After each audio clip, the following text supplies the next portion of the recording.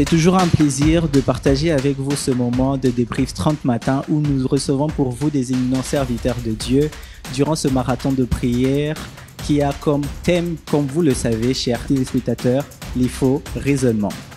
Shalom, chers internautes, shalom, chers téléspectateurs.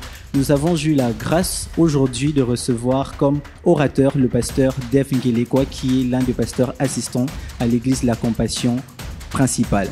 Il a exploité comme sous-thème les faux raisonnements face à l'onction du Saint-Esprit. Et les textes ont été Exode 35, 30 à 35, Exode 28, 2 à 5, 1 Roi 19, 15 à 18. L'onction n'est pas donnée pour satisfaire nos besoins, mais elle a été donnée à l'Église pour l'utilité commune. La Bible dit que Bezalel avait reçu en lui l'onction, de sorte que Dieu avait déposé en lui une intelligence spéciale, de sorte qu'il avait l'onction de réaliser toutes choses. Le premier faux raisonnement que l'homme de Dieu a épinglé est l'onction, c'est la magie, l'onction, c'est l'occultisme. Ne te presse pas d'être comme les autres, car toute élévation est une période de formation. Le deuxième faux raisonnement qu'il a encore épinglé est, je cite, l'onction n'est réservée qu'aux hommes de Dieu. L'homme régénéré par le Saint-Esprit est surnaturel à la base et l'onction le rend encore distingué. Désire et dispose-toi à recevoir l'onction divine sur ta formation et ta préparation. Et en dernier lieu, comme faux raisonnement, on ne reçoit l'onction que par la prière et le jeûne.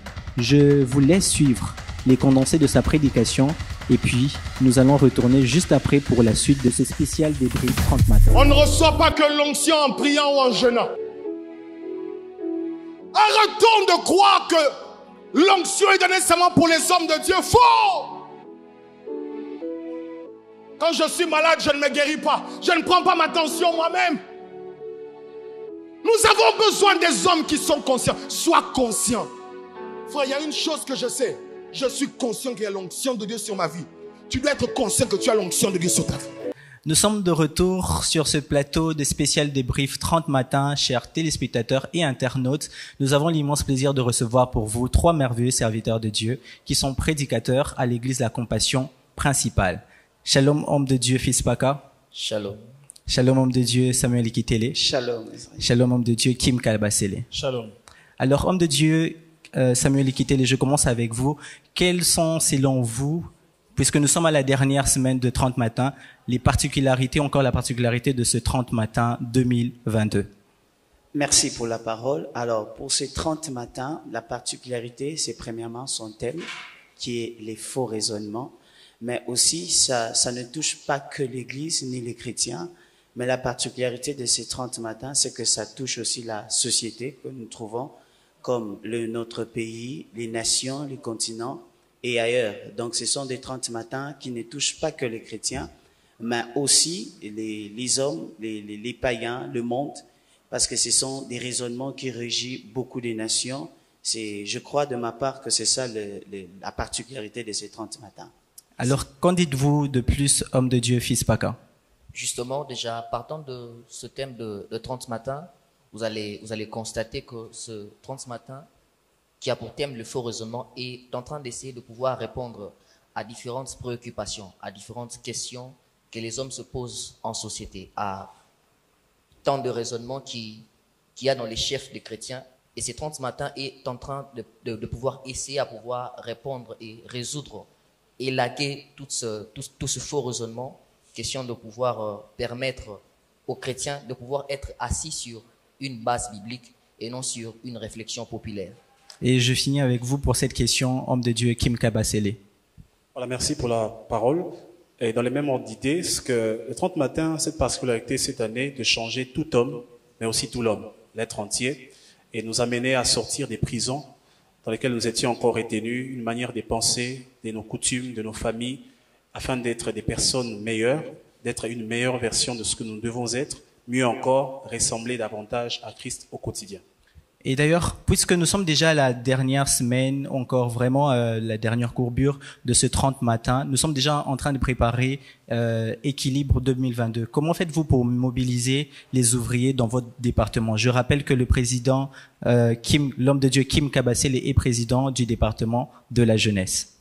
Voilà, merci encore une fois de plus pour la parole. C'est que nous sommes en train de mobiliser, nous le faisons de deux manières. Premièrement, il y a une mobilisation interne, mais aussi externe. Interne, c'est-à-dire, puisque l'Église, la Compassion centrale, est constituée du 3/4 qui sont des jeunes, nous les incitons à venir un peu plus tôt, c'est un sacrifice, mais aussi à faire des efforts pour préparer davantage leur cœur, parce qu'Équilibre, cette année, aura 2 sessions, le matin et le soir, et nous le faisons d'une autre manière pour partager en même temps ce fardeau, afin de faire participer les jeunes qui sont à l'extérieur, qui ne sont pas membres de la Compassion, mais aussi qui sont en train de nous suivre au quotidien dans les réseaux sociaux et dans différents médias, et nous le faisons du mieux que possible. Et par la grâce de Dieu, nous voyons vraiment les résultats. Alors, homme de Dieu, fils Paka, vous avez été parmi les intervenants pendant ce 30 matin et vous aviez vous avez exploité un sous-thème qui est les faux raisonnements par rapport au succès. Voilà. Alors, par la grâce de Dieu, nous avions été sélectionnés pour pouvoir travailler, prêcher, apporter une pierre de plus, hormis les différents messages qui nous ont été enseignés tout au long de ce 30 matin. Alors, nous avions eu à parler d'un thème qui était intitulé « 4 faux raisonnements sur le succès, la réussite et l'élévation ». Et nous avions eu à définir les faux raisonnements, nous avions parlé de sources de faux raisonnements, et nous avions parlé de ces 4 faux raisonnements qu'il y a autour du succès, sur la réussite et voire même l'élévation. Et parmi ces 4 faux raisonnements, nous avions dit que le premier faux raisonnement était celui de penser ou de croire que parce que nous avons le même Jésus, alors nous serons tous élevés de la même manière. Parce que nous avons le même Jésus ou nous servons le même Jésus, alors nous aurons tous le même niveau de gloire ou le même éclat. Le deuxième faux raisonnement que nous avions abordé, nous avions parlé d'un raisonnement qui allait dans le sens de dire penser ou de croire que penser ou croire que l'unité de mesure du succès ou de la grandeur, c'est les exploits de l'autre. Un troisième faux raisonnement que nous avions abordé, c'est celui de penser ou de croire que nous sommes élevés par Dieu pour dépasser ou pour être supérieurs aux autres. Et un dernier faux raisonnement que nous avions abordé tout au long de notre message, c'est que nous avions dit que les chrétiens ou certains pensent que la foi chrétienne est opposée à l'intelligence ou que la foi chrétienne combat l'intelligence. 4 faux raisonnements dont vous avez épinglé dans votre message, je vous reviens, mais je vais avec l'homme de Dieu, Samuel Ikitele. Pouvez-vous nous dire quel est l'impact de ce séminaire 30 matins dans le monde, plus précisément au Congo, en Afrique, dans les familles? Ces séminaires ou ces 30 matins ont vraiment un grand impact dans les vies de gens, parce que vous savez, les pensées, ce sont le champ de bataille de combat spirituel. Et pour que Dieu attaque une famille, un pays, une nation, il vient d'abord introduire une pensée, des raisonnements qui peuvent fermer de gens dans une manière de vivre. Alors ces séminaires ou ces 30 matins apportent vraiment une réelle délivrance, parce que la Bible dit, vous connaîtrez la vérité et la vérité vous affranchira. C'est-à-dire que par ces enseignements, nous sommes affranchis par des faux raisonnements, parce qu'un faux raisonnement peut agir comme la vérité dans une personne, et la personne peut croire, toute une nation peut croire qu'ils sont dans la bonne ou dans la vérité, alors qu'ils sont dans le faux. Alors ces 30 matins apportent vraiment la délivrance par les enseignements que les hommes de Dieu nous apportent. Ça affranchit vraiment la manière de faire, et surtout d'un pays, des familles, dans les foyers, et surtout dans le chef des chrétiens que nous sommes. Alors, homme de Dieu, fils Paka, parmi les faux raisonnements que vous aviez épinglés, il y a, je cite, « On sait que la foi chrétienne combat ou est opposée à l'intelligence ». Comment l'expliquez-vous? Justement, pour répondre à la question de savoir, ou pour répondre à cette question, ou essayer de pouvoir clarifier les choses par rapport à ce raisonnement, vous allez déjà vous rendre compte qu'il y a 2 causes qui ont poussé bon nombre de gens à croire que la foi chrétienne serait en contradiction ou en contrario avec l'intelligence. Et la première cause que déjà vous allez vous rendre compte, c'est que les hommes des sciences, les auteurs de référence, ceux-là même qui ont créé la science, ceux-là qui ont écrit des livres, eux-mêmes déjà à la base, c'était des personnes qui ne croyaient pas en l'existence de Dieu. Ce sont des personnes qui écrivaient, voire même des thèses qui contredisaient, qui niaient l'existence de Dieu. Et c'est ce faux raisonnement, c'est ce qui a conduit bon nombre de gens à croire que les aspects intellectuels ou que les aspects scientifiques sont en contradiction avec les aspects spirituels ou sont en contradiction avec la foi chrétienne.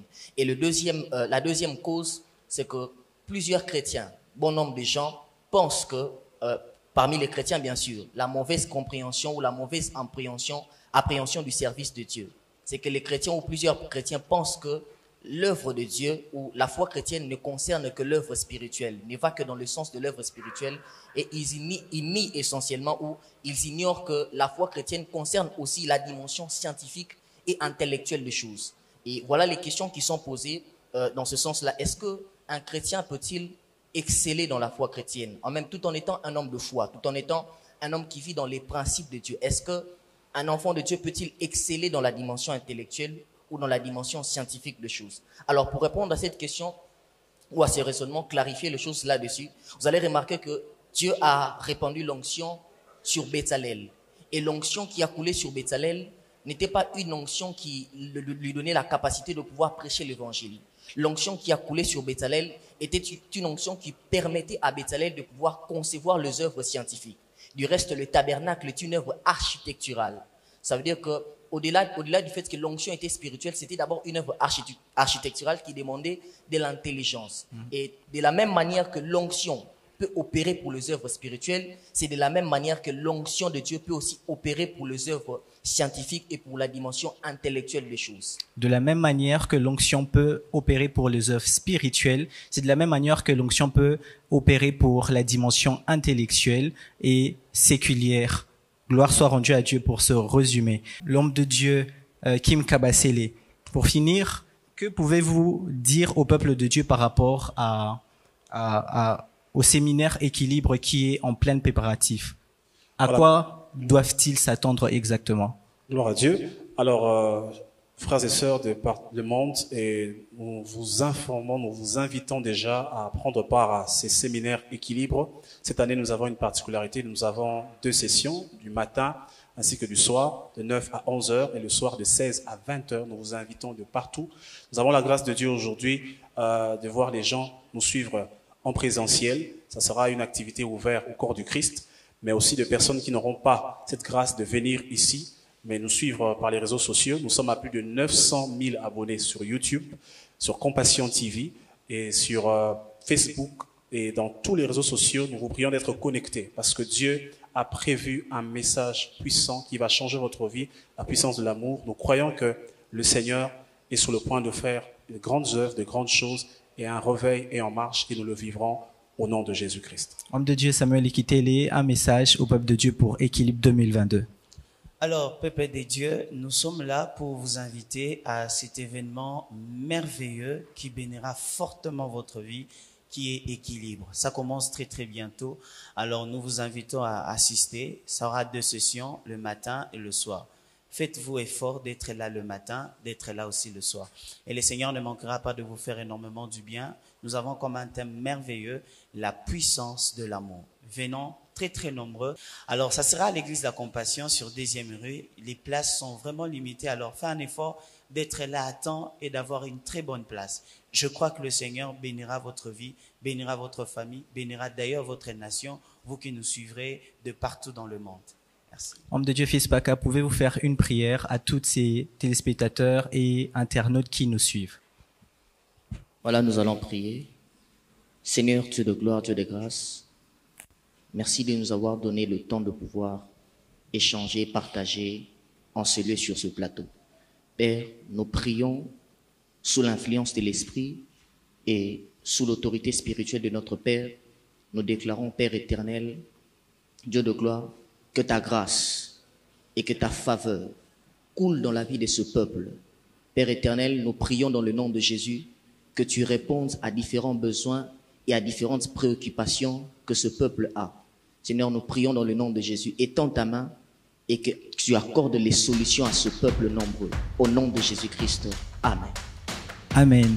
Que Dieu vous bénisse abondamment. Merci, homme de Dieu, pour ce temps que vous avez partagé avec nous. Rendez-vous au prochain numéro. Merci. Shalom chez vous.